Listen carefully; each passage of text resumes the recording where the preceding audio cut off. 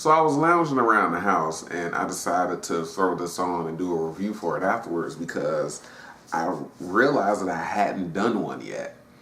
And not too long ago, I watched a video from a YouTube channel who I will not name in order to not give them any pub, who put this on a list of movies that aren't as good as we thought that they were. So yeah, I decided to do a review for Batman Forever.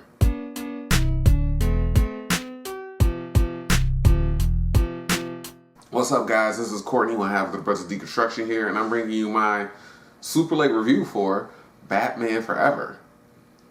Batman Forever is the third movie in the early 90s, late 80s Batman films. We had Batman 89, Batman Returns, which came out in 92, I believe, and then Batman Forever, which came out in 95.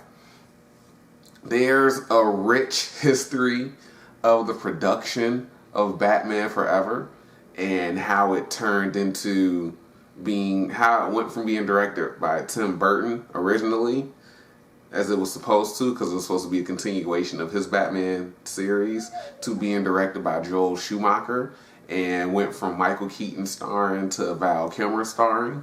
There's a rich history of the production of this movie that I suggest you go look up. There are a bunch of YouTube videos about it. Actually, Minty Comic Arts, I believe. I watched a video of his. I think I had previously watched it, but I watched a video of his talking about like 10 things you didn't know about Batman Forever. I think I had already watched it before because most of the stuff in the video I already knew. But anyway, getting back to the film, I decided to throw it on. And, you know, there's been some debate whether or not this film is actually, you know, a good movie or a bad film. How does it compare to Batman and Robin, which came after this, I think in 98, either 97 or 98. And this film, let's get this out of the way right now. Batman Forever is not some amazing film. It is not a good film, right? Now that we have that out of the way, this film is entertaining as hell. That's the thing about Batman Forever, especially when compared to Batman and Robin. Batman and Robin is just downright, you know, not a good movie, and it's so bad because of what goes on in the film, and it's so campy that, yeah, you get some entertainment watching it, but I guess you can categorize Batman and Robin as a so bad it's good. Batman Forever isn't a good film, but it's not entertaining because of how bad it is. It has moments that are legitimately entertaining. So I decided to put it on and really, you know, watch it. I was cooking partially while I was watching it, but I also, you know, was mostly paying attention to the film. The acting by Tommy Lee Jones and Jim Carrey is over the top. It's hammy as hell. It's just over the top. And it's arguable that, you know, they miscast Tommy Lee Jones and Jim Carrey. The direction and the portrayal of those two characters is way off. Two-Face is basically, it's weird. Both Two-Face and the Riddler in this film are basically versions of the Joker, if that makes any sense.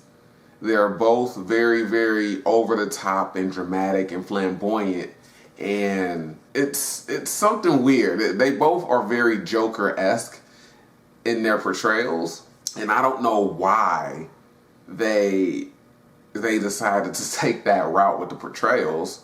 With the Riddler, I can kind of, sort of understand, especially with the story that they created for the film. The Riddler Edward Nygma is a Wayne Enterprises employee who's obsessed with Bruce Wayne and wants to meet him. That's his idol. And he gets a chance to meet him, and he has this idea that's basically mind control, for lack of a better term, and to stop me from going on like a 15-minute explanation about it. But essentially mind control. And Bruce Wayne says, let's meet tomorrow, get a team together, and then look into this. so we can see what we actually have here. And then Edward is like, no, I need an answer now on whether or not you're going to fund human testing for this. He says, if that's the case, then no, because we need to do more research and, figure out what the capabilities are of this. With that rejection, it puts him on the path of, I'm going to outdo him. I'm going to show him that I'm better, that he made the wrong choice. So it's one of those obsessive stories where the person goes from being so obsessive, idolizing this person, to wanting to prove that they're smarter than them and that they made the wrong decision in rejecting them. It's kind of like Syndrome from The Incredibles. So I can kind of understand with the Riddler's portrayal of him kind of being manic and over the top because he's obsessive and he's lashing out. With Two-Face, on the other hand, it doesn't really make much sense as to why he's so over the top because, yeah, Harvey Dent has a split personality, but he's literally battling with himself, and he's, we love what you've done with the place. That's not a quote from the movie, but he uses we, and he references both personalities, and he's very over the top and manic as well. But I don't see why you would choose to do that. Yeah, he has split personalities, but it's not I never really took it as a battle for dominance between the split personalities.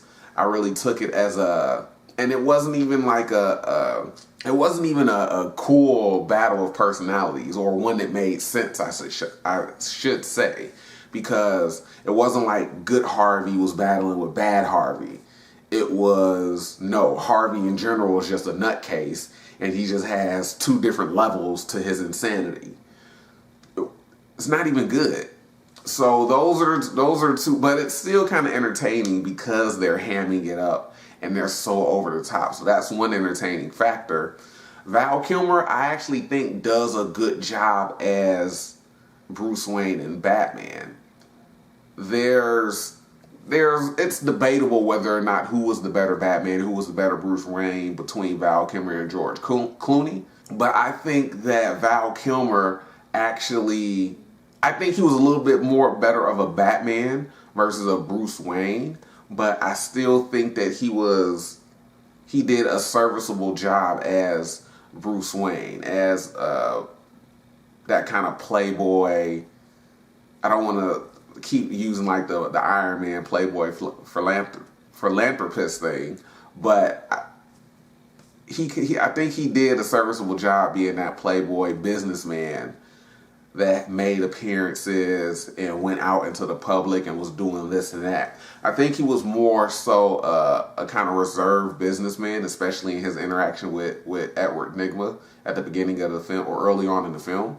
But I think overall, Kilmer did a much better job of playing Batman. And I think the reason why I say his Bruce Wayne is serviceable, because I think he did a good job of playing that tortured aspect of Bruce Wayne. I think there's more to Bruce than just being tortured, especially because that's kind of a split personality in and of itself. But overall, I think Val Kilmer did a good job. Chris O'Donnell was okay as Robin, even though I hadn't realized before, but the suit was based on Tim Drake and not Dick Grayson. But I think Chris O'Donnell did an okay job. There's a moment, that laundry scene makes no fucking sense at all.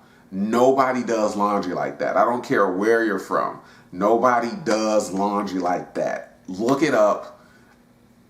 I get it. They're probably trying to be edgy. They gave him an earring. He's cool. He's hip, especially in the mid 90s. That shit didn't make sense. First of all, young Nicole Kidman, gorgeous. Okay. Second of all, Dr. Chase Meridian, who she plays in this film, was throwing the box at Batman, dog. She was throwing it like a fastball from Randy Johnson. Every chance she got, as soon as she laid eyes on this dude, she was trying to mount him. And it was absolutely hilarious. Some of the funniest shit. But one thing that annoyed me with her is that she was very, very wishy-washy. So it was like, oh, I have a crush on Batman. I like Batman. Bruce Wayne would come to her and, ask her out or something like that. And she would say, well, I'm seeing somebody. Or I've met someone. And he would say, well, damn, that was quick. And she was like, well, you could just say he kind of dropped in. But then when Batman comes to like her apartment, she tells him, yo, meet me at my place at midnight. He shows up and then she says, I like somebody and they're not you. So it was very, very wishy-washy. I'm just going down the list of performances in the film. Yeah, overall, Alfred, it was good as always in his role. I can't think of the actor's name who played Alfred, but he's good as always. He has a little snark here and there. Overall, the story, there was one part in the film that didn't really make much sense to me. I can't remember it right now. As you can see, I didn't prepare to do this review at all, even though I knew I was going to watch the movie and review it. But one thing that I did like that they did regarding Robin's story and implementing it and working it into the story of the film, Robin's origin was that his parents were killed by the mob, and they set up their like trapeze act to fail, and they died as they fell from whatever height it was and they hit the floor. In this film, Two-Face is the one that kills his parents by shooting them out of the air. So Two-Face hijacks the circus, has a bomb, sets it to go off, like Batman reveal yourself or everybody here is gonna die. So the Graysons decide to help out and stop the bomb. Dick goes up and actually kind of helps push it off the roof. But in the meantime, I think his brothers and his dad, I don't think his mom got involved. She may have though, because he didn't have any family left after this was over. But the rest of the family kind of got involved and started like taking down goons and things like that. And while they were in the air, they were flipping across, and Two-Face just shot into the air and killed them. Or no, he shot one of the hooks for the wires, and it broke, and then they fell. They didn't have a net because they just got done doing a death drop with no net. So I think that was a really good way to implement Robin's story into the film and kind of use the characters that we had in the movie and not try to add some extra subplot to it. I think overall, again, this is an entertaining film. There are problems with it. The acting is inconsistent with some of the characters. There are parts of the story that don't really make all that much sense.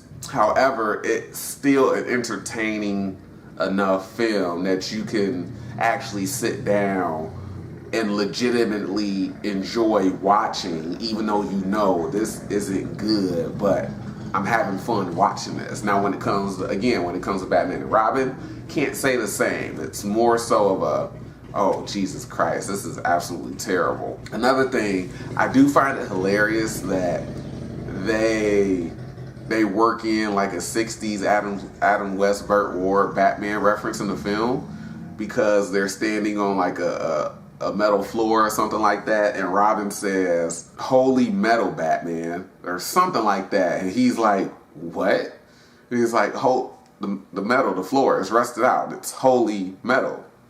And I was like, "You think you're slick? You think you're clever, don't you?"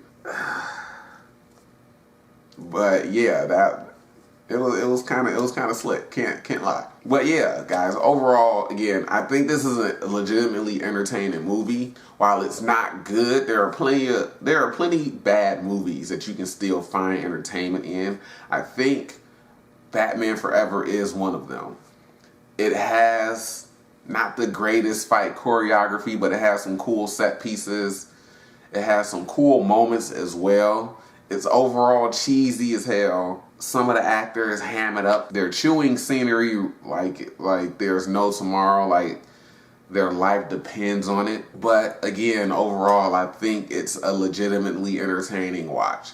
And if you're able to watch it, I suggest that you do. I bought the 4-pack. I never planned on owning Batman and Robin, but I didn't have one of the films on Blu-ray. I think I didn't have 89 Batman on Blu-ray. And so one of my friends asked me a couple of years ago what I wanted for Christmas. And I said I want the 4-pack Blu-ray of Batman, Batman Returns, Batman Forever, and Batman and Robin on Blu-ray. So that's what I got. And yeah, so I have it. I own it. Only plan on watching 3 of those movies, but I guess I have to do a Batman and Robin review now. Check it out if you can. I think you'll find something entertaining about the film. Again, as always, guys, I appreciate the support, whether it's 1, 5, 10, or 100 views. Stay safe out there. Please stay inside if you can. I'll catch up with you guys later.